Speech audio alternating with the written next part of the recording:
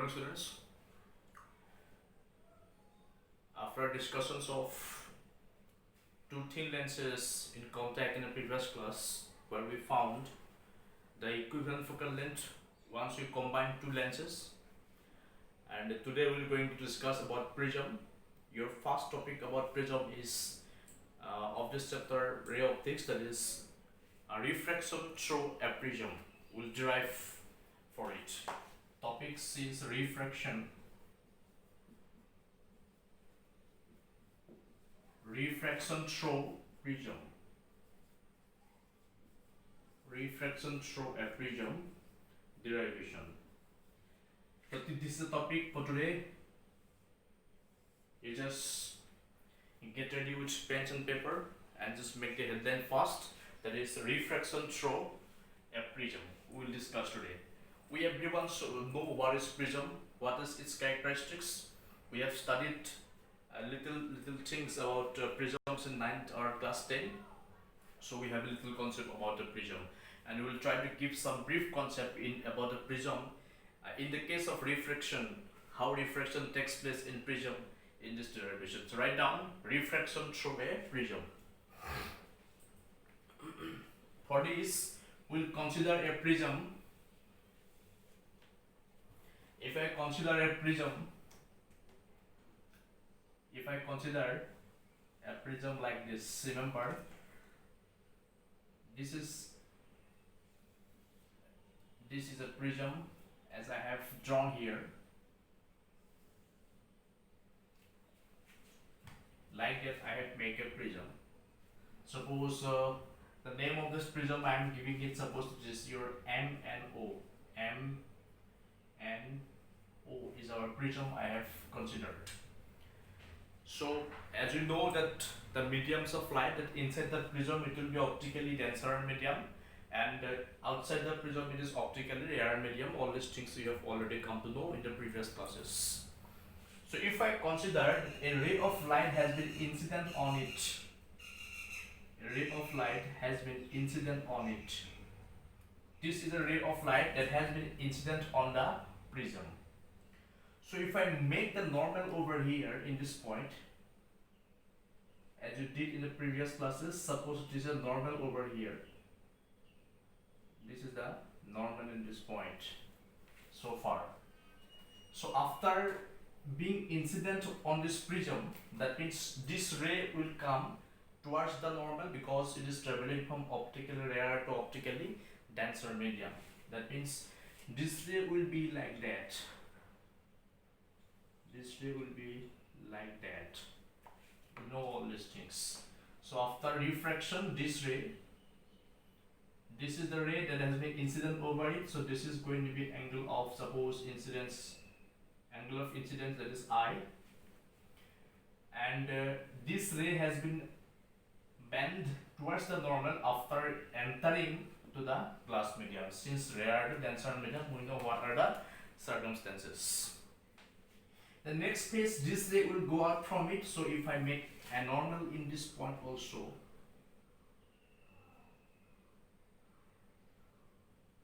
if this is a normal, then what will happen? This ray will go away from the normal because it is traveling from denser to rarer. These things you have known, or you have studied. I have told you what happens when it goes from rarer to denser, and what happens it goes to from denser to rarer. In this case, rarer to denser, coming closer, again normal drawn in this point, denser to rarer, going away from the normal. These are the very common thing. Understand? Na? So this is the ray has been incident on this particular prism surface. Now if I give the name over it, this is suppose prism angle. This angle is called the prism angle. Suppose I have taken it as A. This is prism angle. You know what is the prism angle. And since this is angle of I, as you can see that we have studied a concept about angle of deviation in the very first class of this very first lecture of the class chapters. This ray's origin direction was like that. It should have gone in this direction or not. this ray should have gone in this direction, or this was its origin direction, but it has bent like that, or not. It should have gone this way, but it has bent like that. Now I can find out the angle of deviation over here. This is going to be the angle of deviation now. This angle is going to be angle of deviation. I'm writing here angle of deviation. This angle is angle of deviation. You know all these things. This is called angle of deviation. Understand? Now if this is angle of deviation, this is angle of incidence, and this is going to be your angle of emergent. Suppose I have taken is I dash. This angle is angle of emergent. Angle of emergent, this angle, and this angle is going to be your angle of deviation. This angle is angle of incidence, so this angle is going to be angle of refraction. This angle is actually, this is angle of incidence, but as these two angles are equal, so I will consider this is also angle of refraction, that is R dash. Is that clear? These 2 points should be very clear. This is angle of incidence, this is angle of refraction, this is also angle of refraction to be considered. Though this was actually angle of incidence, I have taken as angle of refraction since these two angles are equal. This is angle of emergent, this is angle of deviation. So this is how we have made the nomenclature of this particular diagram. So let us consider again, suppose this is your X and this is supposed to be E. I have given some name over it. It just make the diagram very quickly before going for a long derivation of this particular concept. This is it, prisms, and in this derivations this diagram will follow, and I have already mentioned what are their terms. Okay, again I am telling this has been incident on it, so after refraction all the simple phenomena are being carried on. Angle of incidence, angle of refraction, this is angle of deviation, this is angle of emergent. Understand? Now start writing. From the above diagram we find. What do we find from the above diagram? If I consider, suppose this is P, this is this point is Q, this point is R, and this is finally S. I have given some name for our consideration. This is P point, this is Q point, this is R point, this is S point. I have given some name of it. Now as you can see that this is XQR. XQR is a triangle. Okay, so I'll write in triangle. Which triangle? Triangle XQR. In triangle XQR. What you can find in triangle XQR? You can find in XQR this delta is your angle of deviation. Angle of deviation is going to behave as external angle. So we know what are the properties of external angles. So I can write that in triangle XQR, you write now that angle XQR plus angle XRQ is equal to delta, because external angle is the sum of two internal angles. As you can see, if I consider XQR as a triangle, then I can find that angle XQR plus angle XRQ is equal to delta. Is that clear? Now again I can write here that what does XQR actually? This is XQR. As you can see, this angle is I. If this angle is I, whole this angle is I or not? Just take a look. If this angle is I, this angle, whole this angle will also be I, vertically opposite angle. Understand? This angle will also be I. Just this angle. Okay? So this angle is I, this angle is also be I. So if I find the angle XQR, so I can write in the place of XQR angle I minus angle R. Can I write? If I leave this angle R from this angle I will have this much of angle. Am I clear? So I minus R is equal to this angle is XQR. Okay, plus in the case of XRQ, this is XRQ. XRQ means you can write again I dash minus R dash. Since this I dash and whole these angles are equal, vertically opposite angle, this angle is what?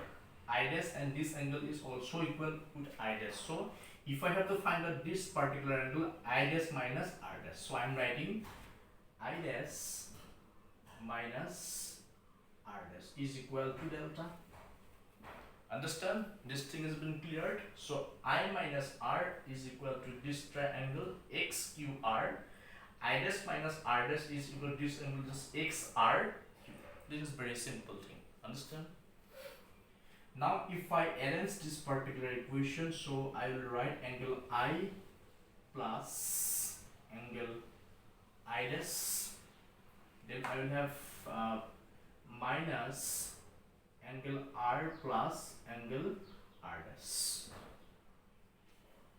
Understand that? This is angle I plus angle I dash, it's okay.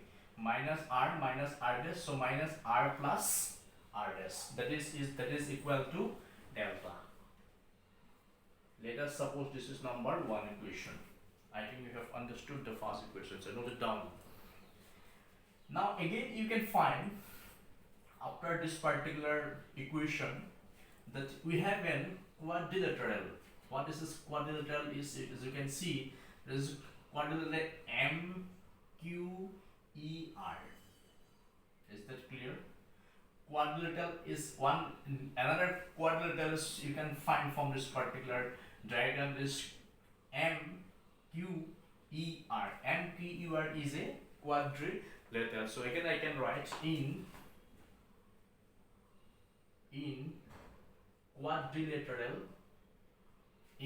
quadrilateral, or I am just writing a letter so that you understand better. In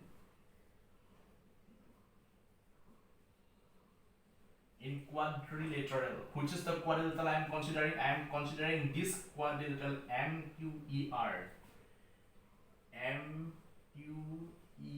Understand? MQER. So in this quadrilateral, what you can see now, or what you can find? You can find that angle A. This is angle A. That is angle A. That is your prism angle. So you can write angle A plus angle E is equal to 180 degree. Understand? This is this angle is 180 degree. This angle is also going to be 180 degree. So I can write MQER. So I'll write now angle A. This is angle A. Angle A is the prism's angle. Angle A plus angle E. That is angle E is going to be 180 degree. Let us consider this is number 2 equation. Understand that? This A angle and this E angle I have taken from the quadrilateral MQER. That is A plus E is equal to 180 degree. Understand? Again we have got one more triangle. See, triangle QER. Can you find triangle QER? So you can write in triangle QER. Let us see what happened in this QER triangle. In triangle QER, we can find that angle R plus R dash plus angle E is also equal to 180 degree. So I can write angle R plus angle R dash plus angle E is equal to how much? 180 degree. This is number 3 equation. Are you sure about that? In this triangle QER, I can write R plus R dash plus E is equal to 180 degree. Where we found in this quadrilateral MQER, that we found in MQER, angle A plus angle E is equal to 180 degree. Now if I combine 3 and 2 and 3, now from 2 and 3, from 2 and 3, from number 2 and 3 equations, what we can find now, that 180 will be cancelled out, just common thing in the right hand side. So in the left hand side, what will remain? Angle A plus angle E is equal to angle R plus angle R dash plus angle E. Okay, after combining 2 and 3 equation, we have found this 180 that is cancelled out. So here also angle E and angle E is cancelled. Understand? They are cancelled. So what is left? That angle A is equal to angle R plus angle R dash, that is left, and let us consider this is number 4 equation. So angle A is equal to angle R plus angle R dash, is number 4 equation. Okay, you please note down all these things. Now we'll move to the next step of this derivation. If I go to this side for this, the rest of the part,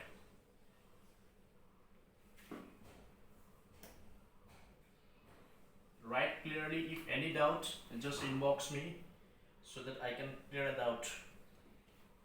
Okay, this is number 4 equation we have just found. Now you have found that angle A is equal to what? Angle R plus R dash, number 4 equation. Now as you can see, what is the number 1 equation is? Number 1 equation is nothing but angle I plus I dash minus angle R plus R dash is equal to delta. So angle R plus R dash can be replaced as angle A.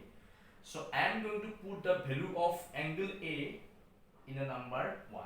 So you can write now. Now from number 1, putting the value of A, you can write. Putting the value of angle A in 1. Putting the value of angle A in number 1 equation. So I am gonna put the value of angle A in number 1 equation. This was number 1 equation, so it will be what? This will be angle I plus angle I dash, angle I plus I dash minus of angle A, minus of angle A is equal to delta. Is that clear? I have just put the value of angle A over here. So if I write now that this is implies, if I just go to find out the value of angle A, it will be like that. Angle A is equal to, so angle I plus angle I dash minus delta. Have you understood these things? Okay, so this is angle I plus angle I dash minus angle A is equal to delta, as I have replaced R plus R dash by angle A. So if I find the value of angle A from here, so what will be remained? So this is minus of angle A will become plus, and if I bring this will be your delta. So let us consider this is number 5 equation. This is number 5 equation. Is that clear? I have just put the value of angle A number 1 equation. Now we have to go for one separate concept in this case. As you can see in this diagram, that this is delta. Delta is angle of deviation. Now when this angle of deviation will be minimum in this regard, angle of deviation will be minimum once this ray is become parallel to this base of this triangle. Remember, once this refracted ray becomes parallel to this particular base of the prism, then angle of deviation will become minimum. Also, to become angle of deviation minimum, so you can write now, for minimum angle of deviation, for minimum angle of deviation. For minimum angle of deviation, what are the condition I have just told you, that this particular ray should be parallel with the base of this prism. That means also here some, that is delta is equal to what? Delta minimum, when if angle I is equal to angle I dash, if angle R is equal to angle R dash. So these are the conditions for minimum angle of deviation. Understand? For minimum angle of deviation, delta should be delta minimum if I become equal to I dash or R become equal to R dash.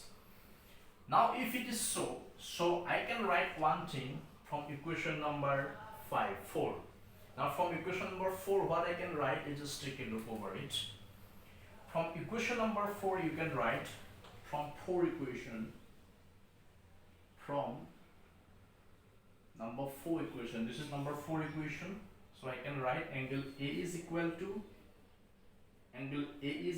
this was angle R plus R dash, angle R plus R dash. That means I can write angle A is equal to angle R plus angle R. That means you can directly write angle R is equal to angle A by 2. That is your angle of R. Understand na? So I have replaced R dash by R, since R is equal to R dash for minimum deviation, angle of deviation. So A is equal to R plus R, so R is equal to angle A by 2. Again, similar thing I can write from number 5 equation, from number 5 equation. From number 5 equation, what I can write, that this is number 5 equation, angle A. So in this case, angle A is equal to angle I plus angle I dash minus delta. This is implies angle A is equal to angle I. In the place of I dash, I will write I minus of delta. This is equal to angle A is equal to twice of angle I minus delta. Okay, so directly you can write that twice of angle I is equal to A plus delta. Can you write? So I'll write now that angle I from here, that is angle A plus delta by 2, I can write angle A plus delta by 2, I can write. This is angle of I. So I have separately found the value of angle of R and angle of I. Understand now? So I can write all this thing. This is angle A by I is equal to angle A by 2, A plus delta by 2, I can write. Now as you have found the Snell's law, that is mu is equal to sine I by sine R. What was Snell's law? Mu is equal to sine I by sine R. So I will apply now the Snell's law in this case. Now from Snell's law,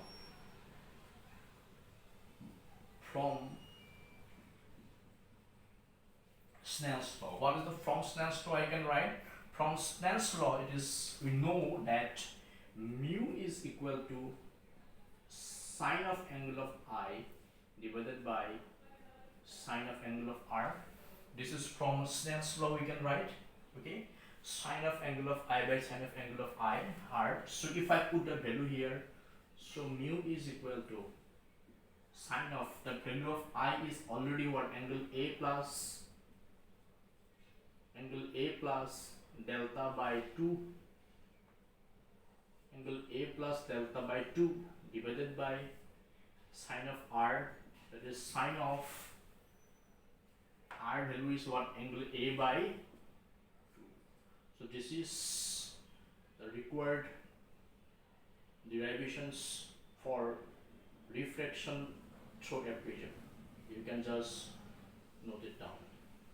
What we found finally, mu is equal to sine of angle A plus delta by 2. Delta by 2 means it is not actually delta. We have missed one very important word.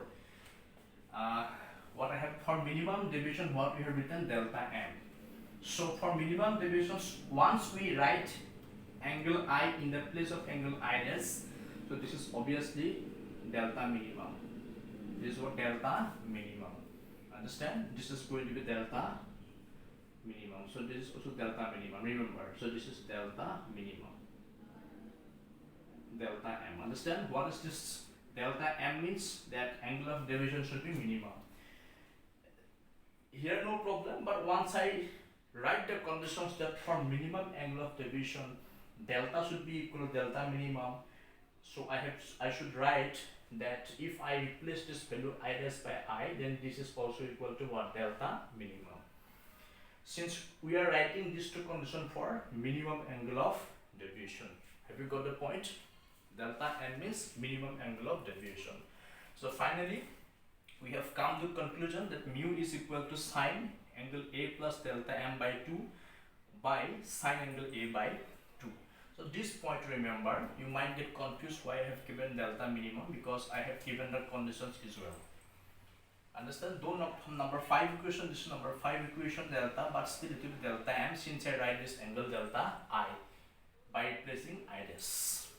I think you have understood. This is the required derivation for refraction by a prism or refraction through a prism. Next class we will study about the dispersion of light through a prism, and till then you just keep practicing these things. This is a very important concept, very interesting. And for today, thank you so much. See you in the next class.